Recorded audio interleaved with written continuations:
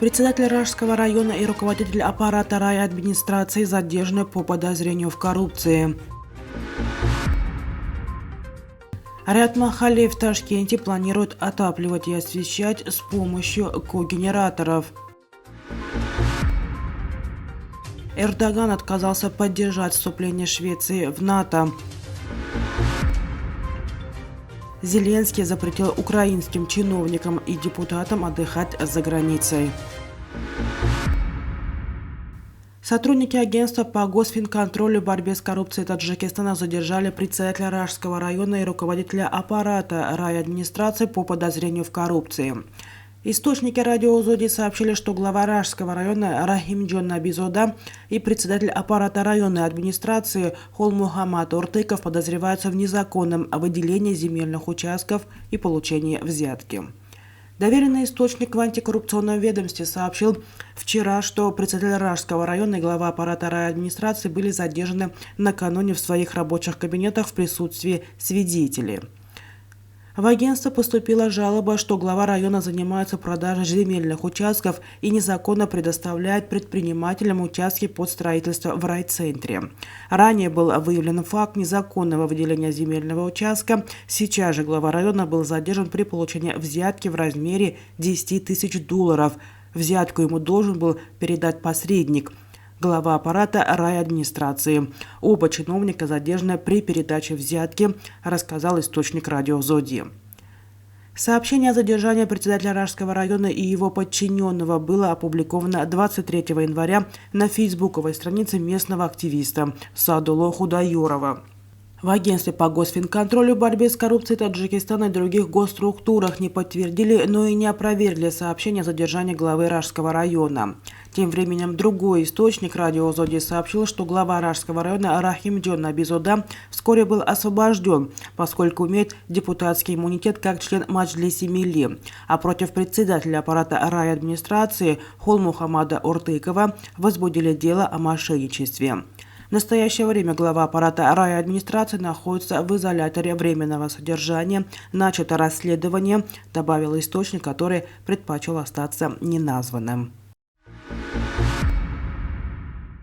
В 11 районах Ташкента отобрано махалли, в которых в порядке эксперимента установят оборудование для параллельного производства электро- и тепловой энергии, когенераторы. Соответствующее постановление издало правительство Узбекистана.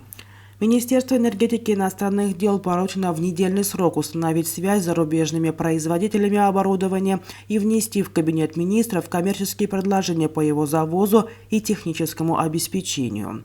Когенератор – это компактная высокоэффективная теплоэлектростанция. При когенерации процесс выработки электроэнергии и тепла идет параллельно. Когенераторная электростанция представляет собой систему, обеспечивающую высокоэффективное использование первичного источника энергии газа для получения двух форм энергии – это тепловой и электрический. Иными словами, когенерационная установка позволяет использовать то тепло, которое обычно просто теряется. Закупку когенераторов профинансируют за счет дополнительных источников бюджета Ташкента. Полученное тепло и электроэнергию потребителям будут поставлять по действующим тарифам. Ожидается, что при помощи когенерационного оборудования дополнительным теплом и электричеством будет обеспечено в общей сложности 236 многоэтажных домов, 14 детсадов и 5 школ в отобранных махаллях. Президент Турции Реджеп Тайип Эрдоган попросил Швецию не ждать от Анкары поддержки во вступлении в НАТО. Он заявил это после заседания Кабинета министров. Его слова приводит Хабар Оси. Так Эрдоган отреагировал на сожжение Корана перед турецким посольством в Стокгольме. Ни один человек не имеет права оскорблять святых мусульман или людей других религий и верований. Безобразный поступок Швеции является оскорблением для всех, кто уважает основные права и свободы людей, особенно для мусульман. Те, кто устроил такой позор перед посольством нашей страны, не могут больше ожидать от нас одобрения своих заявлений о членстве в НАТО, объявил турецкий лидер. Турецкие власти до сих пор не ратифицировали вступление Швеции и Финляндии в НАТО и требуют от Стокгольма выдать сторонников Рабочей партии Курдистана. Президент Украины Владимир Зеленский сообщил о подписанном им решении Совета нацбезопасности и обороны относительно запрета на поездки за границу на отдых для госслужащих, нардепов и правоохранителей. Об этом Зеленский заявил в видеообращении.